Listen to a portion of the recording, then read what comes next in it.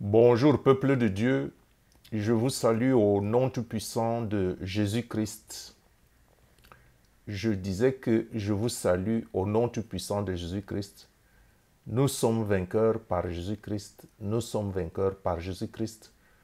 Nous avons parmi nous le consolateur, celui-là même qui a remplacé Jésus-Christ sur la terre 10 jours seulement après sa montée au ciel.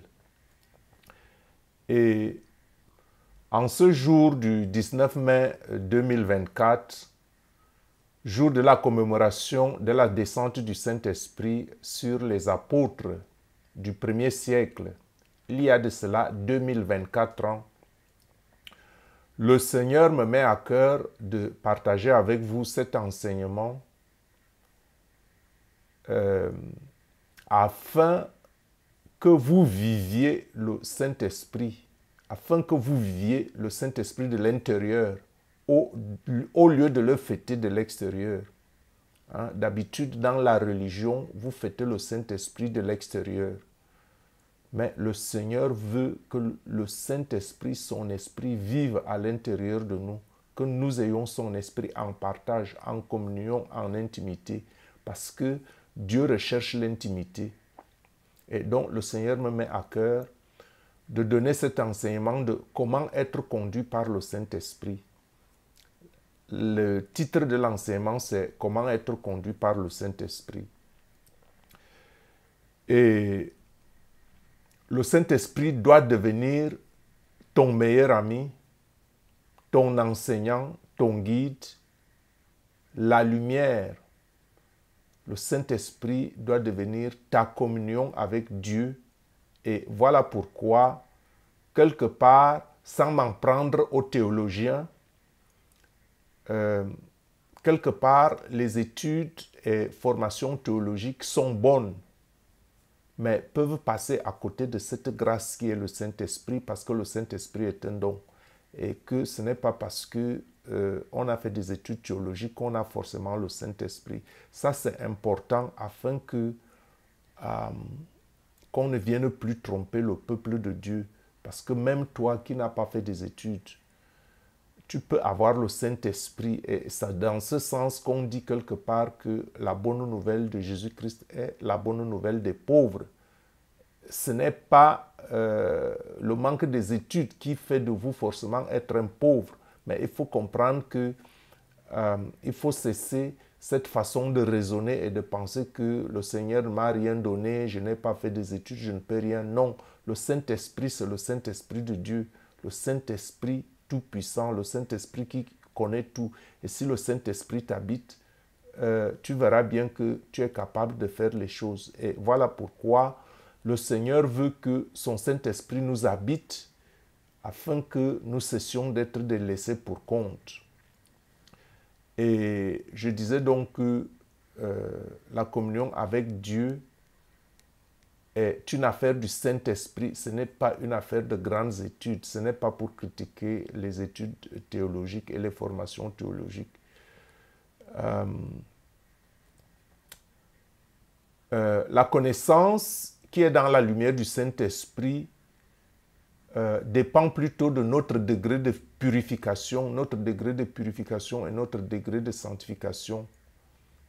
Comme on peut bien le lire en Actes au chapitre 2, versets 1 et 4. Le jour de la Pentecôte, ils étaient tous ensemble dans le même lieu.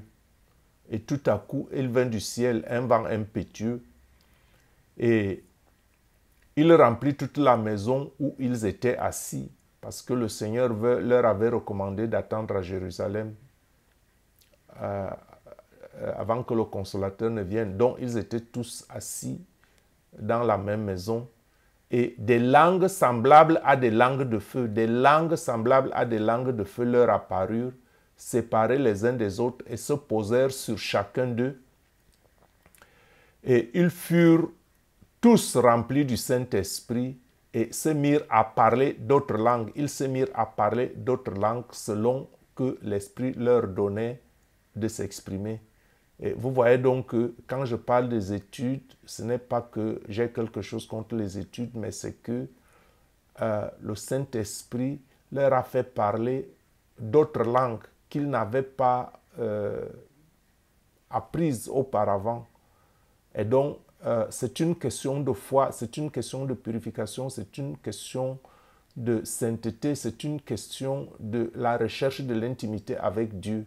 Et ce Saint-Esprit donc qui est descendu sur les apôtres est resté sur la terre depuis 2024 ans déjà. Et donc, les apôtres ont parlé des langues qu'ils ne connaissaient pas. Donc, le plus important pour un homme, c'est de rechercher le Saint-Esprit. Je n'ai pas dit qu'il ne faut pas faire des études théologiques ou des formations théologiques ou quelque chose de ce genre-là. Ça, on en a besoin.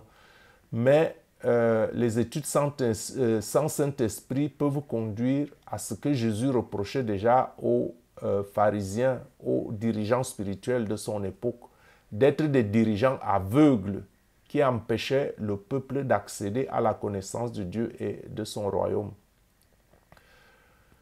Bon, qui est donc le Saint-Esprit?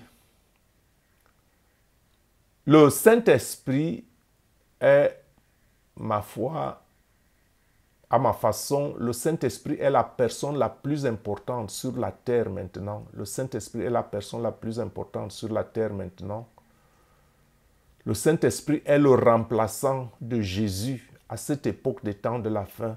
Parce que Jésus est monté au ciel, mais il nous a envoyé le Saint-Esprit. Donc, il n'y a que 10 jours. 10 jours se sont écoulés de sa montée au ciel.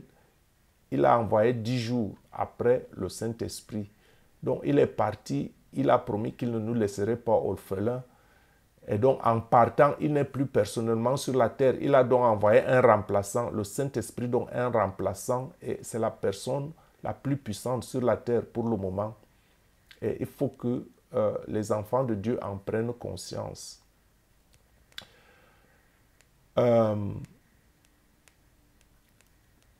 Le Saint-Esprit est partie entière. Le Saint-Esprit est partie entière du conseil divin. Le conseil divin est composé de Dieu le Père, Dieu le Fils et Dieu le Saint-Esprit. Et le Saint-Esprit est donc la troisième personne de la Trinité. Comme je disais, le Père, le Fils et le Saint-Esprit sont un et indivisibles. Il n'y a pas de distinction. C'est la communion parfaite. C'est-à-dire que quand on dit Dieu, on voit Dieu le Père, Dieu le Fils, Dieu le Saint-Esprit. Il n'y aura jamais de dissension entre les trois. C'est le même avis, c'est le même esprit, c'est la même communion. Ils sont un et indivisibles, bien que ce soit des personnes distinctes. C'est la communion parfaite. Et voilà pourquoi donc Dieu a dit en Genèse au chapitre 1, 26, Dieu n'a pas dit que je fais l'homme. Dieu a dit, faisons l'homme en notre image. Faisons l'homme en notre image. Pourquoi? Parce que c'est un conseil divin. Le Père, le Fils et le Saint-Esprit. Et voilà pourquoi Dieu n'a pas dit, je fais l'homme à mon image. Dieu a dit, faisons l'homme en notre image.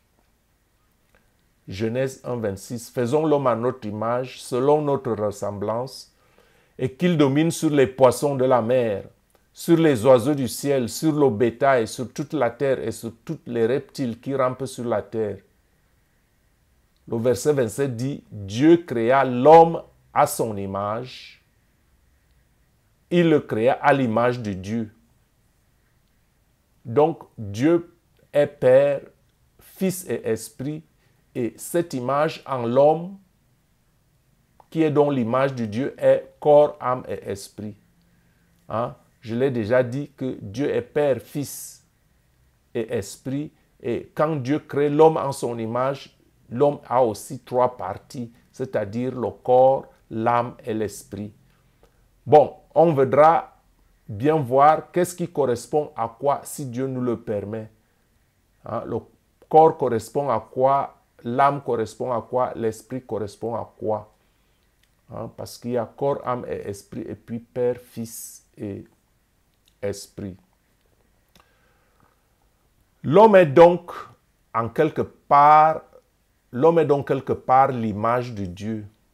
Parce que l'homme est un esprit habitant un corps. Le corps et l'âme sont donc liés, ou bien le corps et l'esprit sont donc liés par notre âme.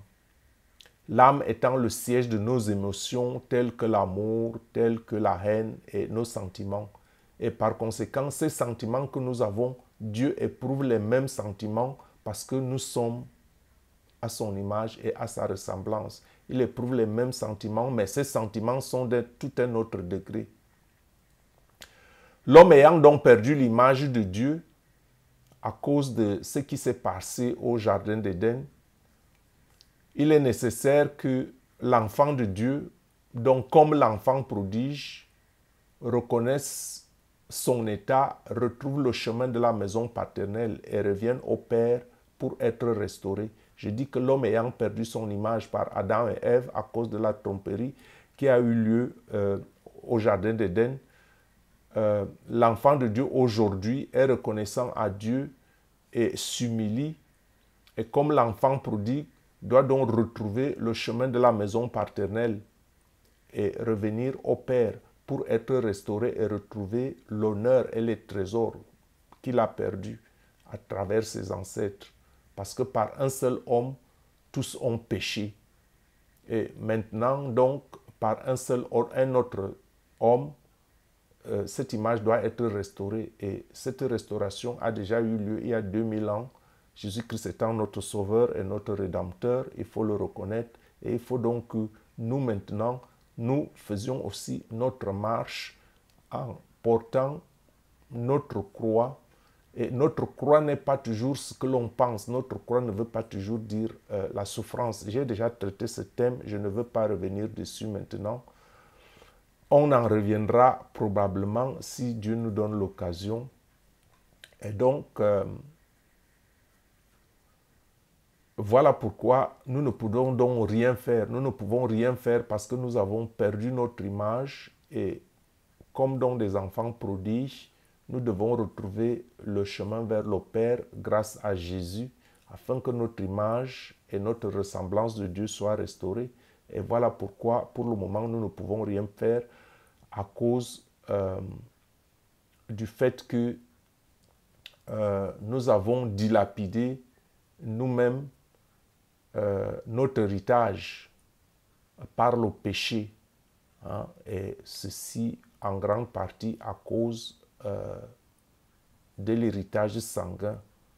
Et voilà pourquoi nous ne pouvons rien faire de nous-mêmes à cause de l'héritage du péché. Et c'est en Jean chapitre 15, versets 1 à 7, Jésus nous le dit, quand il dit « Je suis le cep et mon Père est le vigneron », tout sarment qui est en moi et qui ne porte pas de fruit, il le retranche. Et tout sarment qui porte du fruit, il l'émonde afin qu'il porte encore plus de fruits. Déjà vous êtes purs à cause de la parole que je vous ai annoncée. Déjà vous êtes purs à cause de la parole que je vous ai annoncée. Demeurez en moi et je demeurerai en vous, comme le serment ne peut porter de lui-même du fruit s'il ne demeure attaché au cep, ainsi vous ne le pouvez non plus si vous ne demeurez pas en moi. Je suis le cep, vous êtes des sarments. Celui qui demeure en moi et en qui je demeure porte beaucoup de fruits, car sans moi, vous ne pouvez rien faire. Car sans moi, vous ne pouvez rien faire, dit le Seigneur. Si quelqu'un ne demeure pas en moi, il est jeté dehors comme le sarment et il sèche. Puis on ramasse les sarments, on les jette au feu et ils brûlent. Si vous demeurez en moi et que mes paroles demeurent en vous, demandez ce que vous voudrez et cela vous sera accordé. Demandez ce que vous voudrez et cela vous sera accordé si vous demeurez en moi et que mes paroles demeurent en vous. Et donc, si vous voulez en savoir plus sur ce, demeurez en moi et que mes paroles demeurent en vous, demandez ce que vous voudrez et cela vous sera accordé. J'ai traité ce thème déjà où je disais, essayais d'évoquer les raisons pour lesquelles beaucoup prient et ne reçoivent pas. Et si vous voulez en savoir plus, il faut regarder la vidéo que j'ai intitulée « Pourquoi tu pries et il ne se passe rien ». Je pense que c'était une vidéo du... je pense que c'était le 18.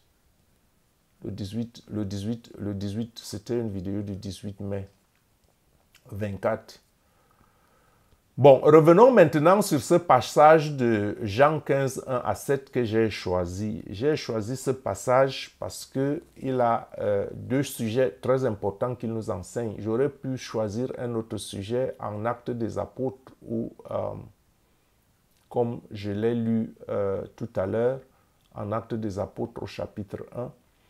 Mais j'ai choisi ce texte de Jean 15, 1, 7 parce que il contient deux éléments de haute importance, de haute priorité pour notre enseignement de ce matin, le matin de la Pentecôte 2024. Les deux choses importantes pour ce message sont premièrement donc que c'est la parole de l'évangile de Jésus-Christ qui nous purifie. C'est au verset 3, quand Jésus dit « Déjà vous êtes purs à cause de la parole que je vous ai annoncée ». Et justement, cela rejoint le titre que j'ai donné à cet enseignement, comment être conduit par le Saint-Esprit. Comment être conduit par le Saint-Esprit. Si on veut être conduit par le Saint-Esprit, il faut que la parole nous purifie. Parce que Jésus lui-même dit que nous sommes purs à cause de la parole qu'il nous a annoncée. Et cette parole dont nous purifie veut dire que cette parole est transformatrice parce qu'elle agit en nous, parce que la parole nous aide à changer notre caractère. Hein, parce que lorsque nous obéissons à Jésus, lorsque nous obéissons à sa parole et intégrons cette parole dans notre vie de tous les jours, nous sommes transformés. Hein, nous sommes transformés et par conséquent, la parole corrige nos voies. Hein, nous abandonnons nos mauvaises voies, notre manière de penser et notre manière de nous conduire. Et cela nous éloigne donc du péché quand nous suivons les recommandations de la parole. Et voilà pourquoi Jésus dit que si nous demeurons en lui et que lui demeure en nous, c'est justement d'abord par sa parole et ensuite nous le verrons aussi par son esprit. Parce que quand nous sommes purifiés par sa parole, automatiquement son esprit va descendre en nous et va nous chercher. Hein, parce que la lumière cherche la lumière. Si nous sommes habités par la lumière de Dieu, alors la lumière du Saint-Esprit reconnaîtra où il y a sa place. Et donc, c'est dans ce sens donc que la parole de Dieu nous transforme, elle corrige nos voies, elle nous éloigne du péché et c'est en ce sens qu'elle nous purifie pour donc devenir, comme je le disais tout à l'heure, le temple du Saint-Esprit. Hein? Donc, si tu as assez seulement de fêter le Saint-Esprit de l'extérieur, ce qui n'est pas mal de fêter le Saint-Esprit, il est temps de le vivre maintenant de l'intérieur et au quotidien. Il faut donc se purifier à partir de la parole de Dieu parce que les Écritures nous disent en 1 Corinthiens au chapitre 3 verset 19 « Ne savez-vous pas que vous êtes le temple du Saint-Esprit et que l'Esprit de Dieu habite en vous, si du moins nous nous sommes purifiés ?» Et voilà pourquoi le verset 17 de 1 Corinthiens 6 dit « Si quelqu'un détruit le temple de Dieu, Dieu le détruira, car le temple de Dieu est saint et c'est ce que vous êtes. » Et voilà pourquoi les choses comme l'ivrognerie, l'alcool, les drogues, la cigarette et tout ça, quelque part, ce n'est pas très bon parce que nous sommes le temple du Saint-Esprit. Et faudrait-il que nous suions ce corps avec toutes ces choses chimiques? Boire, c'est bien. Manger, c'est bien, mais ton corps, ce que tu mets dans ton corps, cela est déjà très important. Hein? Et voilà pourquoi Dieu dit, si quelqu'un détruit le temple de Dieu, Dieu le détruira. Hein? Et ce n'est pas que ça, il y a d'autres choses encore. Ce n'est pas que le boire et le manger, parce que les Écritures nous disent que le royaume des cieux, ce n'est pas le boire et le manger. Et donc, en dehors donc de ce verset de 1 Corinthiens 6 au chapitre 19, il y a aussi 1 Corinthiens 3 au chapitre 16 et 17 qui ajoute « Ne savez-vous pas, et il va dans la même ligne, ne savez-vous pas que vous êtes le temple du Saint-Esprit? Ne savez-vous pas que vous êtes le temple de Dieu et que l'Esprit de Dieu habite en vous, si du moins vous vous êtes purifiés? » Et par conséquent, le verset 17 de 1 Corinthiens 3 dit « Si quelqu'un détruit le temple de Dieu, Dieu le détruira, car le temple de Dieu est saint. Le temple de Dieu est saint et c'est ce que vous êtes. Le temple de Dieu est saint et c'est ce que vous êtes. Donc, il ne faut pas fuir la sanctification, il ne faut pas fuir la sainteté. Je sais que c'est des mots qui font peur, mais Jésus a versé son sang. Il faut comprendre que le sang de Jésus est un sang pur. Hein? Et ce n'est pas un amusement si Christ n'est pas né du sang d'un homme, mais qu'il est né du Saint-Esprit, parce qu'il fallait bien un sang pur pour venir sauver, hein, pour venir remplacer un sang corrompu. Et voilà pourquoi nous prenons le corps du Christ, voilà pourquoi nous buvons le sang du Christ, afin que par la foi, que le sang du Christ qui a été versé à Golgotha hein, circule dans nos veines, hein, en substitution de notre sang héréditaire corrompu.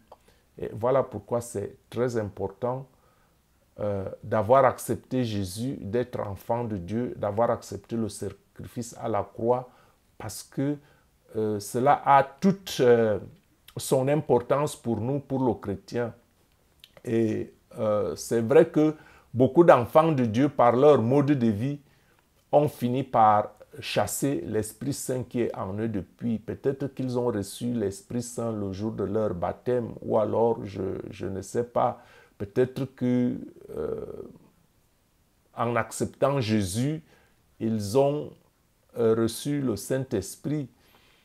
Et par leur mode de vie, donc, parce que les événements de la vie ont fini par les convaincre que ben, ce n'est pas tout à fait ça. Ils ont amené la logique humaine. Et voilà donc ce qui fait que des fois, beaucoup d'enfants de Dieu sont dans les problèmes. Et je n'ai pas dit que quand on a le Saint-Esprit, on ne peut plus faire d'erreur. Je n'ai pas dit quand on a le Saint-Esprit, on n'aura plus de problèmes. Mais quelque part, quand nous sommes conduits vraiment par le Saint-Esprit, notre vie ressemble à quelque chose d'autre. Et par conséquent, celui qui devient donc le temple du Saint-Esprit est donc aussi conduit par le Saint-Esprit. Et voilà donc la première chose. La deuxième chose qui nous intéresse dans ce verset ou bien dans cette portion de l'Écriture de Jean 15, versets 1 à 7 qui nous intéresse, cette portion de l'Écriture nous dit que sans Jésus, c'est-à-dire sans le Saint-Esprit, nous ne pouvons rien faire. Donc, des fois, mon frère, ma soeur, quand tu te poses la question, Seigneur, Seigneur, qu'est-ce qui se passe avec ma vie? Il est peut-être souvent mieux de te demander d'abord, est-ce que je n'ai pas rejeté mon don du Saint-Esprit par mon mode de vie? Parce que je disais tout à l'heure qu'il y a bien longtemps que beaucoup d'enfants de Dieu ont attristé le Saint-Esprit et le Saint-Esprit a été bien obligé de partir à cause de leur mode de vie. Hein? Parce que imaginez-vous que l'on vous fasse un cadeau de très grande valeur, un diamant par exemple, un diamant à la surface lisse. Hein? Ce diamant à la surface lisse, il a un certain poids. Mais vous, en recevant ce diamant, vous avez les mains huilées. Et vous ne serez donc pas en mesure de vous saisir de votre cadeau, de votre diamant. Et certainement qu'il ne vous servira à rien si vous ne vous lavez pas les mains. Parce que si vous avez un cadeau lisse qui pèse le diamant et que vous avez les mains huilées, vous ne pourrez pas le saisir. Il tombera certainement, il vous glissera entre les mains. Et le diamant ici, à la surface lisse, c'est le Saint-Esprit. Et les mains huilées ici, c'est une vie de péché. Donc, nous avons dit que Dieu est Père, Fils et Esprit, et que Dieu nous donne le Saint-Esprit. Et donc, par notre façon de vivre, par notre manière de vivre, nous pouvons attrister le Saint-Esprit, si bien que le Saint-Esprit ne peut pas vivre dans un certain environnement et dans un certain milieu, parce que le Saint-Esprit, c'est la communion avec nous, c'est Dieu en nous, c'est Christ en nous. c'est la communion parfaite. Parce que quand on dit que le Saint-Esprit vous habite, c'est que vous lui avez préparé un domicile agréable. Et voilà pourquoi Romains au chapitre 8, verset 9b dit « Si quelqu'un n'a pas l'Esprit de Christ, il ne lui appartient pas. Si quelqu'un n'a pas l'Esprit de Christ, il ne lui appartient pas. » Par conséquent, donc, le Saint-Esprit n'est pas en nous parce que nous voulons nous orner ou bien, je ne sais pas moi quoi. Le Saint-Esprit est en nous et peut nous aider à reconquérir par la foi en Jésus-Christ la stature d'homme parfaite pour devenir un avec Jésus-Christ. Et c'est les Écritures qui le disent, ce n'est pas que je l'invente. Les Écritures le disent en Jean au chapitre 17, versets 20 à 22. Et quand il est écrit, ce n'est pas pour eux seulement que je prie, c'est Jésus qui parle. Ce n'est pas seulement pour eux que je prie, mais encore pour ceux qui croiront en moi par leur parole, afin que tous soient un.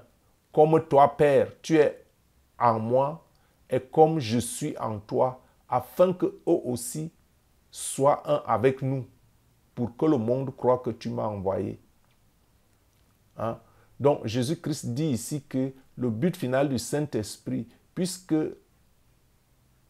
Jésus et Dieu sont un par le Saint-Esprit, et que Jésus nous envoie donc un consolateur qui est le Saint-Esprit venir habiter en nous. Et si nous sommes un avec le Saint-Esprit dans la stature d'homme parfaite, donc nous sommes un avec Christ et par conséquent nous sommes un avec Dieu.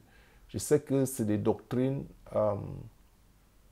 qui viennent un peu bousculer les doctrines de la religion qui vous présentent un Dieu distant, qui, je ne sais pas moi, mais la vérité est que Dieu veut l'intimité, Dieu recherche l'intimité, Dieu veut être notre ami parce que le Saint-Esprit, c'est un ami qui vient nous habiter en intimité. Être le temple du Saint-Esprit, c'est l'intimité, c'est la communion avec Dieu. Donc, voilà pourquoi Jésus disait donc au verset 22, « Je leur ai donné la gloire que tu m'as donnée. Je leur ai donné la gloire que tu m'as donnée afin qu'ils soient un comme nous sommes un. » Donc, le but ultime avec le Saint-Esprit, c'est que nous ressemblions à Jésus, que nous redevenions un, que nous reconquérions ce que nous avons perdu.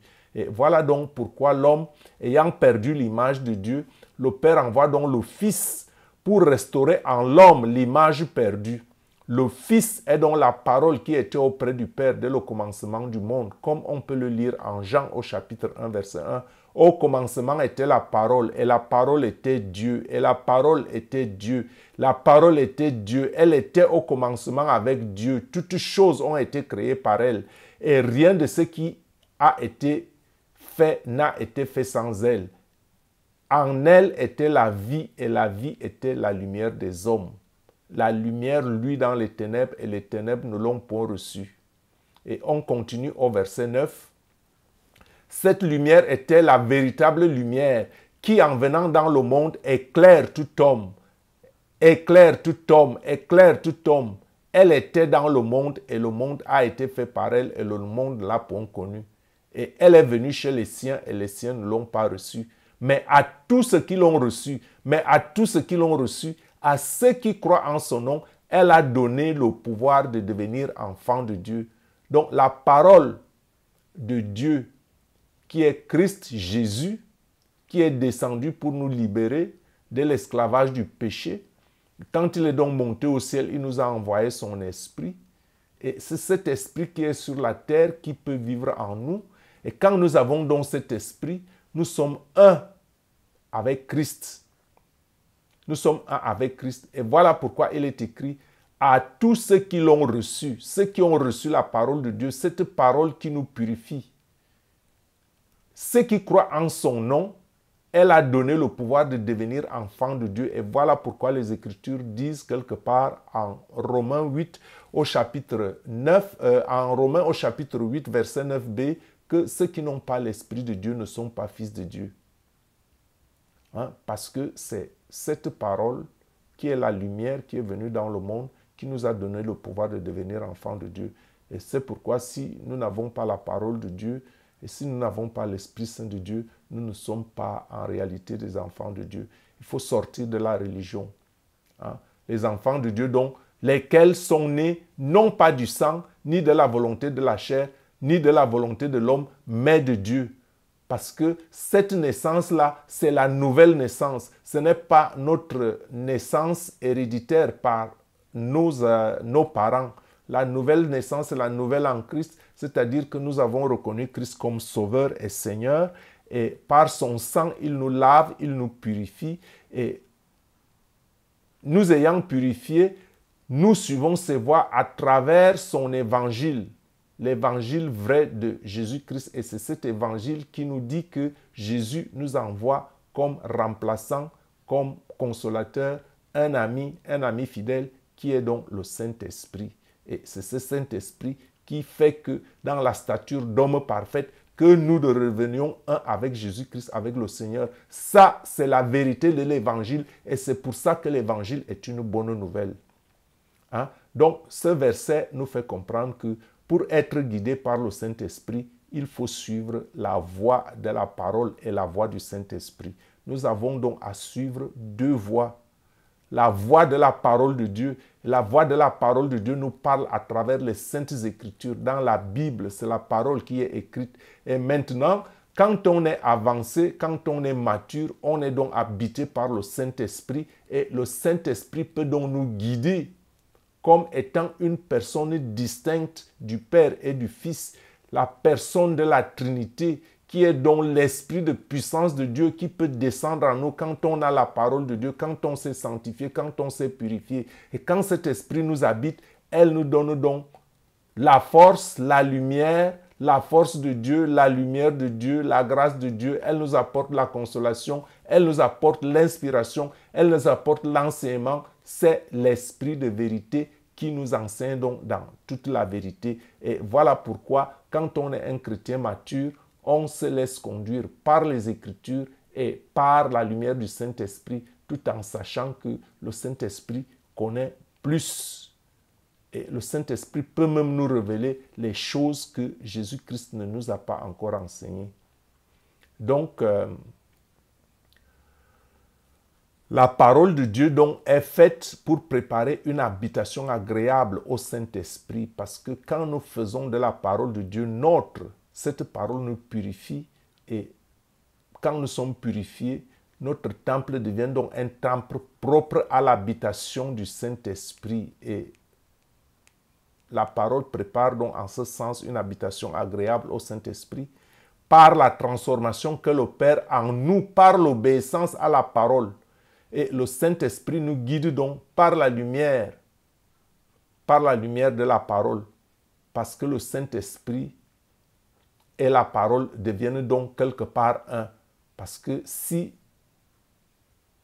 Dieu le Père, Dieu le Fils et Dieu le Saint-Esprit sont un dans la communion de l'Esprit, et qu'ils sont inséparables et indissociables, et que le Fils est maintenant la parole qui a été incarnée en chair, alors par conséquent, la parole et l'Esprit de Dieu sont aussi un.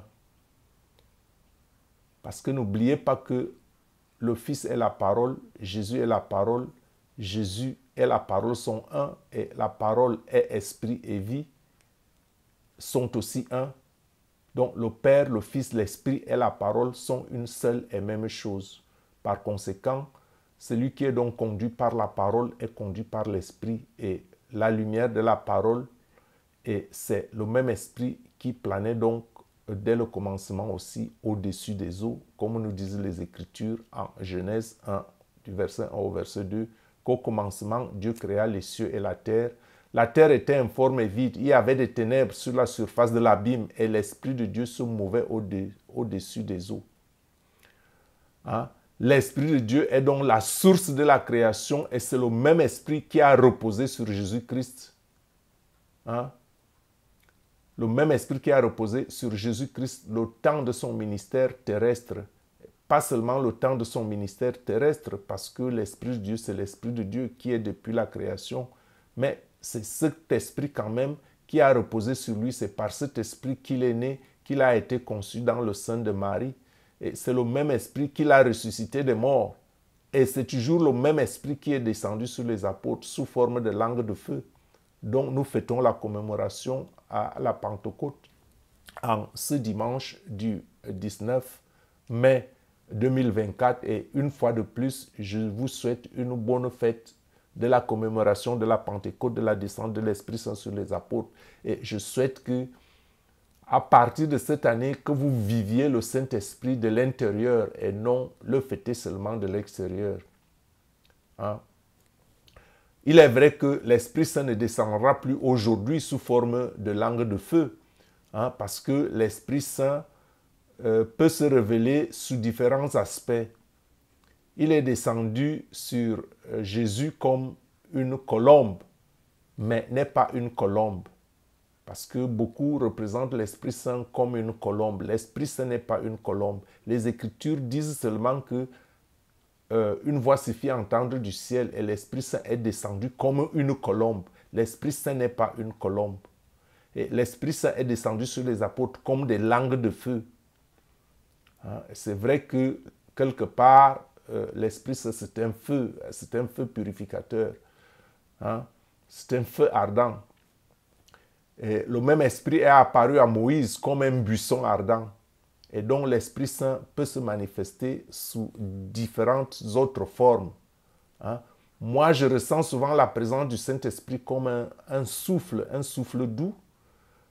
Je ressens le Saint-Esprit comme un vent léger et frais, hein, sur ma face, hein, ou sur mes pieds, alors même que des fois, toutes les portes sont fermées ou le vent ne circule pas. Moi, je le ressens. Moi, je ressens souvent de temps en temps le Saint-Esprit. Hein. D'autres le ressentent par la présence d'une légère chaleur. Hein. Hein. D'autres, le Saint-Esprit touche leur cœur, touche le cœur de certains, selon certains témoignages que j'ai aussi, par de légers sanglots, hein, dans les moments de prière.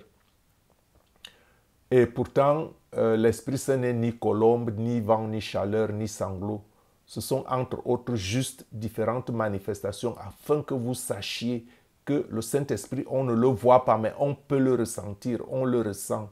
Et quand sa présence est là, s'il est en vous, vous-même, vous savez que l'Esprit Saint est là. Et voilà pourquoi Dieu disait donc à Zorobabel,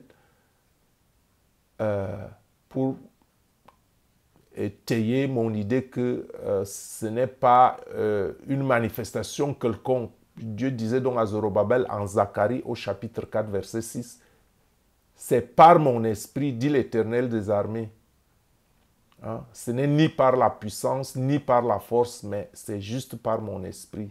C'est juste par son esprit, c'est-à-dire l'esprit de Dieu. On ne peut pas le mettre dans un certain tiroir. Il peut prendre des formes différentes. Il peut prendre des manifestations différentes parce que Dieu est Dieu. Et Dieu peut se manifester à nous de manière différente. On ne peut pas dire que le Saint-Esprit se manifeste de telle sorte ou de telle autre. Mais ceux qui ont une certaine expérience et des témoignages peuvent dire que le Saint-Esprit se manifestait de telle ou telle autre manière. Et donc, c'est l'Esprit de Dieu juste, le Saint-Esprit, et c'est ce que nous devons rechercher. Il y a beaucoup qui recherchent à faire ouvrir leurs yeux. Il y a certains qui veulent entendre Dieu. Il y a certains qui veulent ceci, il y a certains qui veulent cela. Cherchez juste l'Esprit de Dieu. Quand l'Esprit de Dieu est en vous, l'Esprit de Dieu vous montrera des choses. L'Esprit de Dieu vous fermera les oreilles pour certaines choses. L'Esprit de Dieu vous ouvrira les oreilles pour ce que vous devez entendre. L'Esprit vous fera observer ce que vous devez observer.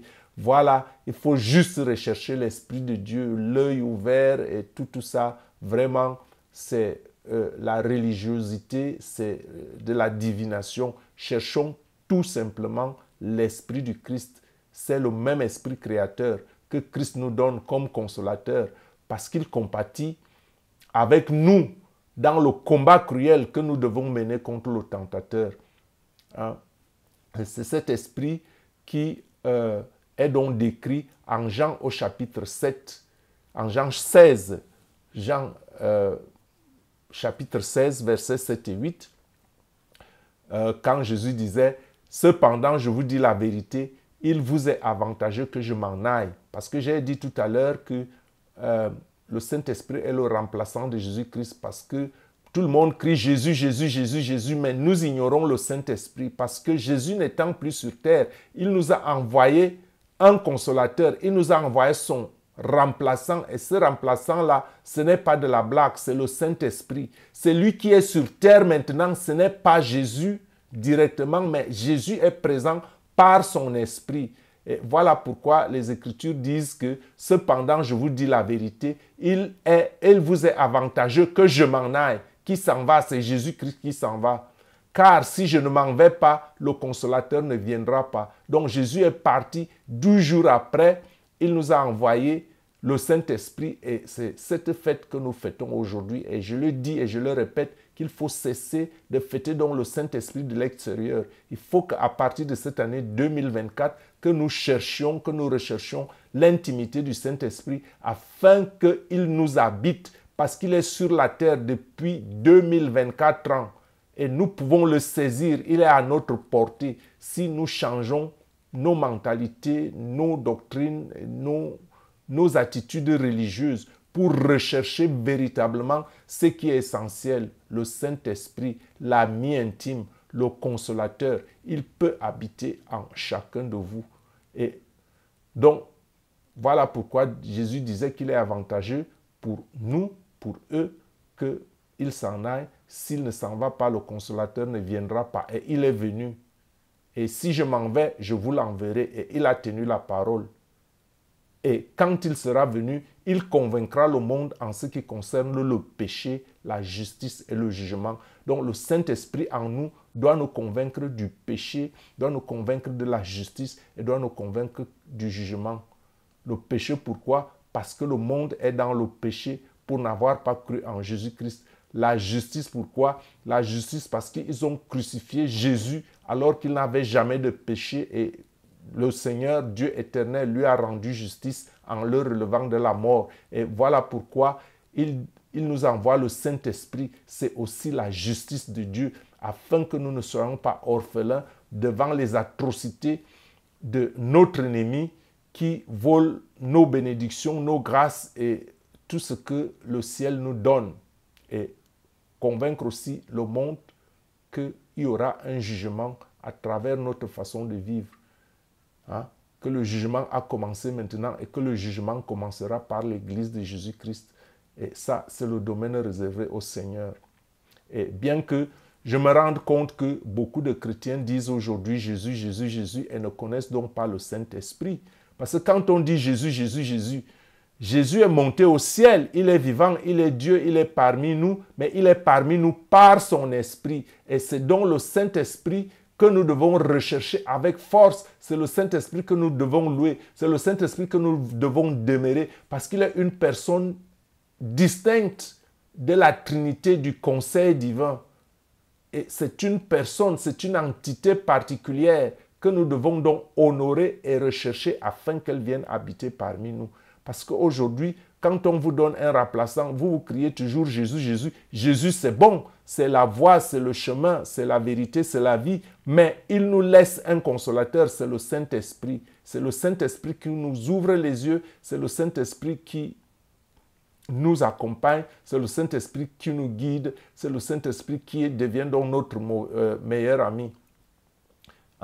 Parce que parmi les chrétiens aujourd'hui, vous verrez beaucoup plus les enfants de Dieu prier les saints selon les dénominations. Ils prient les saints, on prie Marie et tout ça, ce qui n'est pas mal. Mais celui-là même que le Seigneur nous envoie depuis plus de 2000 ans, nous le connaissons très mal. Et donc, je ne sais pas quelle autre divinité vous priez, si vous pouvez prendre ça au sérieux, que le consolateur, que le remplaçant que Jésus nous envoie, c'est le Saint-Esprit. Le Saint-Esprit est un don qui a été promis aux apôtres. C'est le remplaçant de Jésus sur la terre. Bien qu'il soit invisible, il est là. Il est descendu le jour de la Pentecôte et il n'a plus jamais quitté la terre. Et il est partout à la fois et en même temps parce qu'il est esprit. Et voilà pourquoi Jésus, en montant au ciel, parce qu'il ne pouvait pas être en même temps à la fois, même s'il portait l'Esprit de Dieu, il s'est limité dans son ministère en Israël. Et voilà que sa doctrine se répand sur la terre. Il fallait donc qu'il soit partout. Et voilà pourquoi il nous envoie l'Esprit. L'Esprit qui est donc partout dans le peuple de Dieu. Et cet Israël qui est donc devenu l'Israël spirituel. C'est-à-dire que tous ceux qui ont cru en Jésus-Christ dans le monde entier. Et cet esprit n'a donc plus jamais quitté la terre depuis la Pentecôte de 2000, de l'an 33. Hein? Cet esprit n'a pas quitté la terre depuis l'an 33. Il est à notre disposition et pour ceux qui veulent le recevoir par leur mode de vie, en se purifiant par la parole. Et voici donc comment il faut comprendre les choses. Il faut comprendre que, pour me résumer un peu, que Dieu crée l'homme en son image et à sa ressemblance. Et l'homme, par Adam et Ève, désobéit à Dieu et passe la gouvernance de la terre à Satan.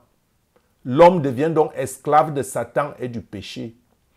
Dieu donc, dans son amour, libère l'homme de la servitude de Satan en envoyant ce qu'il a de plus précieux. Dieu envoie sa parole prendre la forme humaine en Jésus-Christ pour sauver l'homme de la servitude du péché et de la cruauté de Satan. Hein? Jésus vient donc montrer que c'est possible, par l'obéissance à la parole, de reposséder la domination sur la terre et reconquérir la vie éternelle qui a été perdue, l'image de Dieu. Voilà le grand enjeu. Et Jésus, ayant donc rempli sa mission, nous laisse son remplaçant, l'Esprit Saint. Hein? Donc, pour le moment sur terre, la personne la plus importante est l'Esprit Saint, le consolateur, l'ami fidèle. Il mérite d'être connu. Le Saint-Esprit recherche notre intimité. Il veut vivre en nous si nous lui aménageons un domicile agréable. Hein? Devenir donc le temple du Saint-Esprit par une vie de sanctification, hein? Par une vie de recherche de la sainteté. Et voici donc quelques recommandations que nous donne l'apôtre Paul en Éphésiens au chapitre 4. Hein, ces recommandations qui vont faire que nous soyons conduits par le Saint-Esprit. Et Paul nous recommande donc à marcher d'une manière digne de la vocation qui nous a été adressée, en toute humilité et douceur, avec patience, nous supportant les uns les autres, avec charité, nous efforçant de conserver l'unité de l'esprit par le lien de la paix. Parce qu'il y a un seul corps et un même esprit. C'est le même esprit. Donc si l'Esprit Saint habite et que le même esprit nous habite, ça ne sert à rien de nous tirailler parce que nous sommes un. C'est le même esprit. Hein? Un seul corps, un même esprit. Tout comme il y a un seul Seigneur, une seule foi, un seul baptême. Que les enfants de Dieu cessent de se tirailler. Telle est de telle dénomination, telle est de telle doctrine, telle fait telle chose. Recherchons l'esprit. Si nous avons l'esprit de Dieu en nous, beaucoup de différences seraient aplanies. Il est vrai que les dons du Saint-Esprit, tout le monde ne reçoit pas les mêmes dons parce que Dieu ne peut pas vous donner. Mais nous avons une seule foi, un seul baptême, un seul Dieu Père de tous, qui est au-dessus de tous et parmi tous et en tous. C'est le même Dieu qui habite en nous. Essayons de mettre de côté nos dissensions. Jésus-Christ ne vient pas chercher une église divisée. Je ne sais pas comment vous vous représentez que vous vous retrouvez au ciel. Hein? Faut pas amener le chaos de la terre au ciel. Cessez vos divisions. C'est à cause de vous que le Seigneur ne vient pas. Donc, c'est cet esprit-là qui doit nous habiter tous.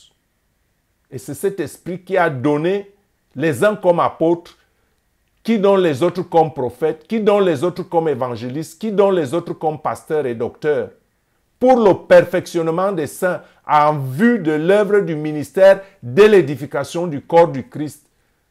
Tous ceux qui ont cru, tous ceux qui sont en Jésus-Christ, chacun devrait avoir le Saint-Esprit, jusqu'à ce que nous soyons tous parvenus à l'unité de la foi et de la connaissance du Fils de Dieu, à l'état d'homme fait à la mesure de la stature parfaite de Christ, afin que nous ne soyons plus des enfants flottants et emportés à tout vent de doctrine, par la tromperie des hommes, par leur ruse dans les moyens de séduction.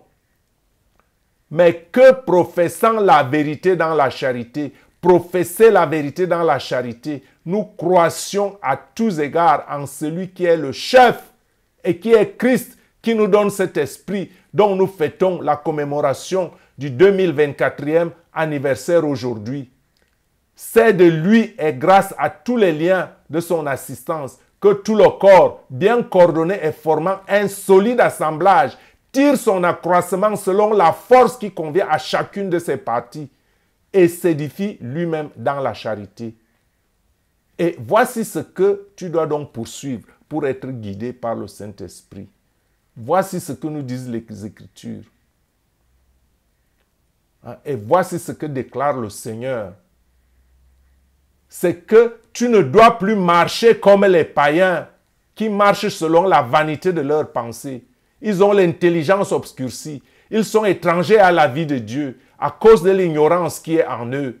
Celui qui n'a pas le Saint-Esprit, je le dis tout haut, il est ignorant, même s'il est docteur. Je dis que celui qui n'a pas le Saint-Esprit, elle est ignorant, même s'il est docteur. Docteur des affaires des hommes, pas docteur de Dieu, pas docteur de la science divine. Et même docteur de la science divine, il faut avoir le Saint-Esprit. Ils sont donc ignorants à cause de l'endurcissement de leur cœur. Qu'est-ce que ça leur coûte de croire que Jésus a payé le prix de nos péchés? Ceux-là dont ont perdu tout sentiment, ils se sont livrés à la dissolution pour commettre toute espèce d'impureté jointe à la cupidité. Regardez aujourd'hui, Dieu a fait des richesses sur toute la terre. Et si cette richesse était bien distribuée, tout le monde aurait quelque chose. Les gens ne mourraient pas de faim. Mais regardez avec quelle cupidité ils construisent des maisons, ils vont dans les lunes, des choses, bien sûr, on devrait rechercher, savoir ce qui nous entoure. Mais les gens meurent de faim. On va à la lune, mais les gens meurent de faim. Livrés à toute espèce de dissolution et d'impureté. On enseigne aux enfants aujourd'hui que l'homosexualité, c'est une chose normale. On dit qu'il y a 3 genres maintenant. On peut être garçon et choisir de devenir fille. On peut devenir fille et choisir d'être garçon. Il y a les genders maintenant. Je ne sais pas comment je vais dire. Il y a le sexe masculin, le sexe féminin maintenant, et il y a les diverses. Les diverses étant ceux-là qui, bon, je ne sais même pas ce qu'ils appellent les diverses. Mais vous, peuple de Dieu, enfants du Seigneur, vous qui êtes en Christ, vous qui avez choisi la bonne part, ce n'est pas ce que vous avez appris de Christ. Ce que vous avez appris est écrit dans l'Évangile. Lisez-les. Si du moins vous l'avez entendu, si du moins vous suivez, si du moins vous obéissez aux Écritures, conformément à la vérité qui est en Jésus-Christ, et c'est en lui que vous avez été instruits. Donc chaque enfant de Dieu, en dépit de la connaissance terrestre que nous devons récupérer, la terre entre les mains de Satan, je suis d'accord que nous devons nous instruire afin que nous occupions aussi les postes clés pour changer la gouvernance et les lois afin que on ne nous impose pas et qu'on n'impose pas à nos enfants des choses immorales. Il faut étudier, mais nous avons double instruction. Nous sommes beaucoup plus instruits en Jésus-Christ par le Saint-Esprit. Ce Saint-Esprit qui va donc nous dépouiller, eu égard à nos vies passées, du vieil homme qui se corrompt par les convoitises trompeuses et être renouvelé dans l'esprit de notre intelligence et à revêtir l'homme nouveau, créé selon Dieu dans une justice et une sainteté qui produit la vérité. Donc, mes frères, mes sœurs, le Seigneur des bons esprits nous recommande de renoncer aux mensonges et que chacun de nous parle selon la vérité à son prochain, car nous sommes membres les uns des autres. Et si vous vous mettez en colère, nous recommande le Seigneur, ne péchez point et que le soleil ne se couche pas sur votre colère. Hein? Voilà les choses qui attristent le Saint-Esprit. Et ne donnez pas accès au diable en dormant sur la colère. Que celui qui dérobait ne dérobe plus, mais plutôt qu'il travaille en faisant de ses mains ce qui est bien, pour avoir de quoi donner à celui qui est dans le besoin. Qu'il ne sorte plus de ta bouche aucune parole mauvaise, mais s'il y a lieu, quelques bonnes paroles qui servent à l'édification et communiquent une grâce à ceux qui entendent et qui en ont besoin. N'attristez pas le Saint-Esprit de Dieu par lequel vous avez été scellés pour le jour de la rédemption. Que toute amertume, toute animosité, toute colère, toute clameur, toute calomnie, toute espèce de méchanceté disparaisse au milieu de toi. Sois bon, soyons bons les uns envers les autres, compatissants, nous pardonnant réciproquement comme Dieu nous a pardonné en Christ. Et très important encore, mon frère, très important, il faut aussi être en alerte et actif. Il faut être en alerte et actif. Il faut cesser de dormir. Il faut cesser de fêter le Saint-Esprit de l'extérieur. Il faut faire quelque chose. Il faut être alerte et actif. Parce que beaucoup dépendra de votre capacité d'entendre et de voir. Voilà pourquoi il faut être actif. Même si le Saint-Esprit est en vous, il faut que vous soyez alerte et actif. Parce que beaucoup dépend de votre capacité d'entendre et de voir. Parce que vous pouvez attrister le Saint-Esprit. Ce n'est pas que vous êtes prisonnier si le Saint-Esprit vous habite. Vous avez des facultés, mais adressez-vous au Saint-Esprit pour ce qu'il vous guide. Mais vous avez quand même le choix. Vous avez votre libre arbitre tout de même. Donc assurez-vous que la porte de votre âme reste fermée et à tout autre esprit et reste ouverte au seul Saint-Esprit. Assurez-vous que la porte de votre âme reste ouverte au seul Saint-Esprit. Rappelez-vous et assurez que votre porte, la porte de votre âme, reste ouverte aux seuls bons esprits. Savez-vous que les yeux sont la fenêtre de l'âme? Savez-vous que les yeux sont la fenêtre de l'âme? Donc par conséquent, ne regardez pas n'importe quoi.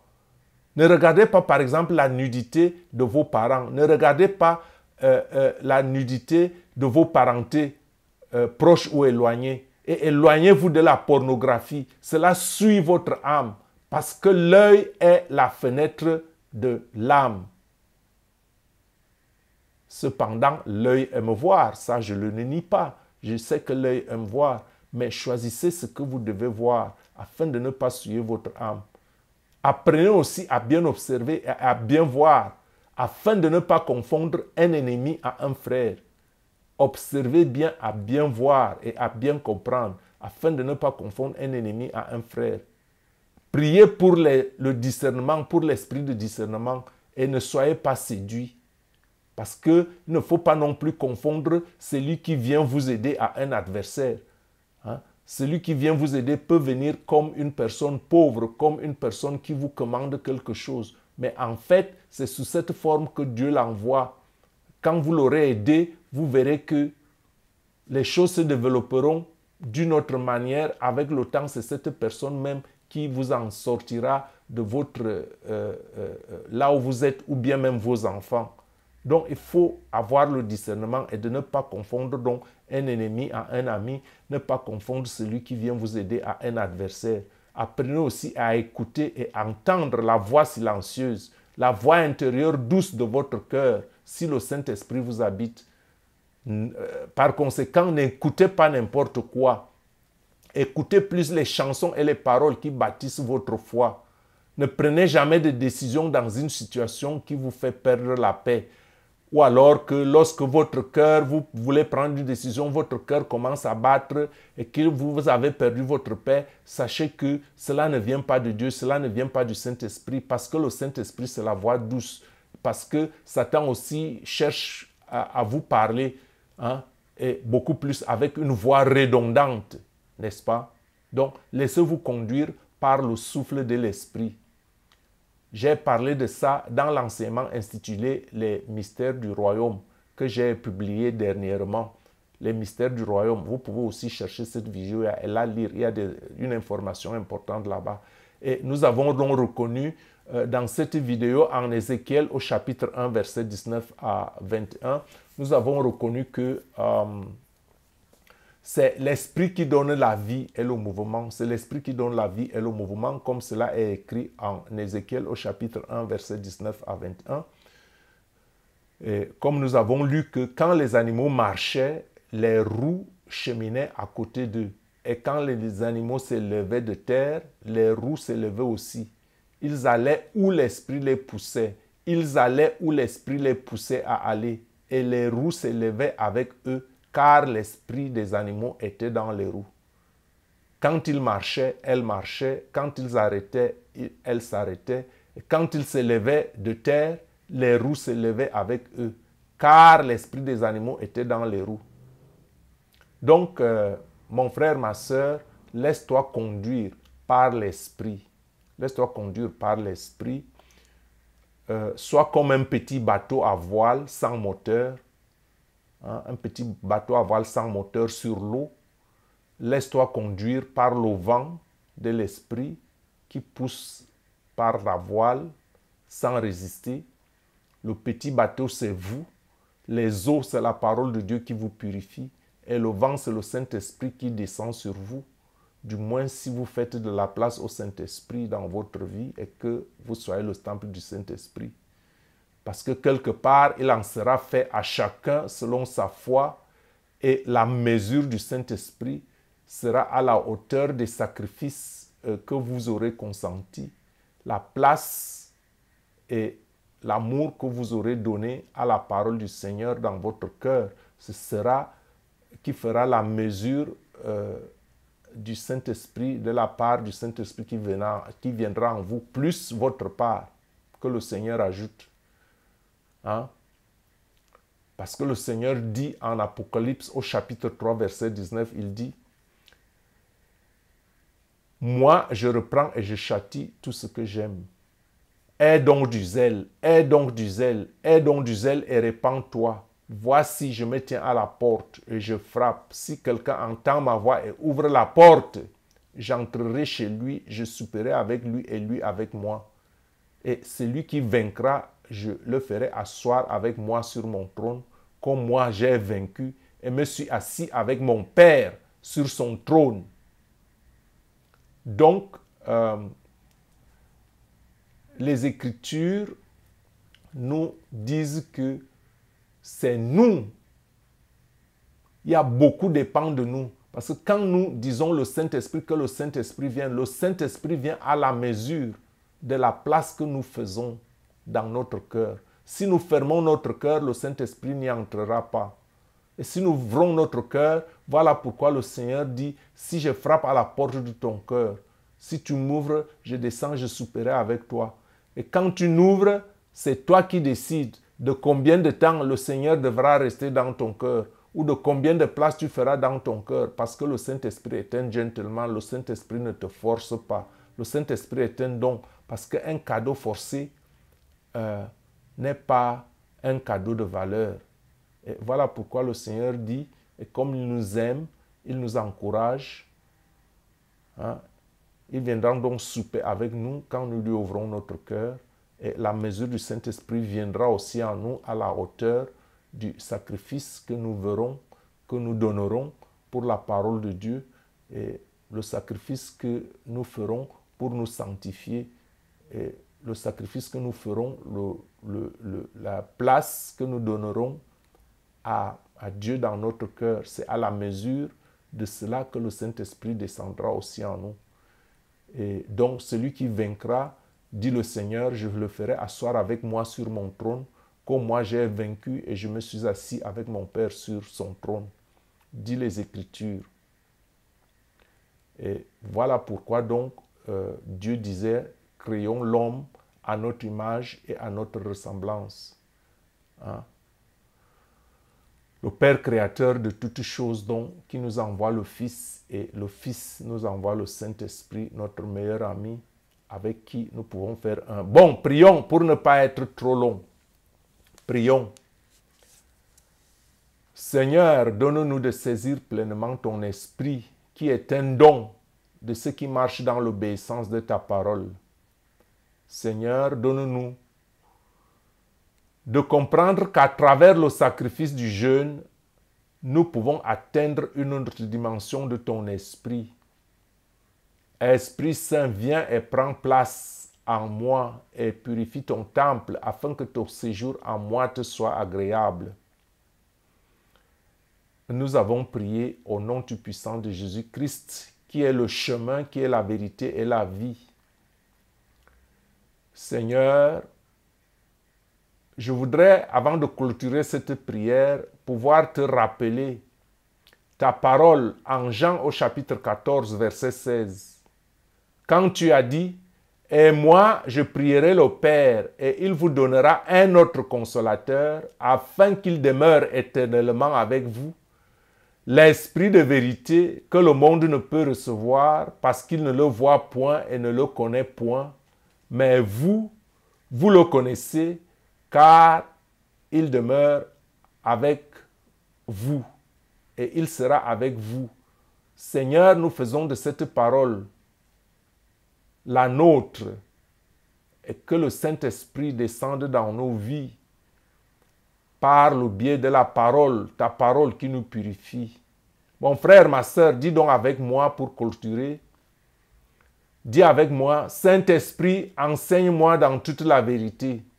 Dis encore avec moi, Saint-Esprit, enseigne-moi dans toute la vérité. Et enfin, Saint-Esprit, enseigne-moi dans toute la vérité. Je vous aime. Je suis votre serviteur et frère Gabriel Messi. Soyez bénis au nom tout puissant de Jésus-Christ. Est-ce que l'Esprit de la résurrection, l'Esprit de la Pentecôte vous habite abondamment au nom tout puissant de Jésus-Christ qui vous aime. Amen.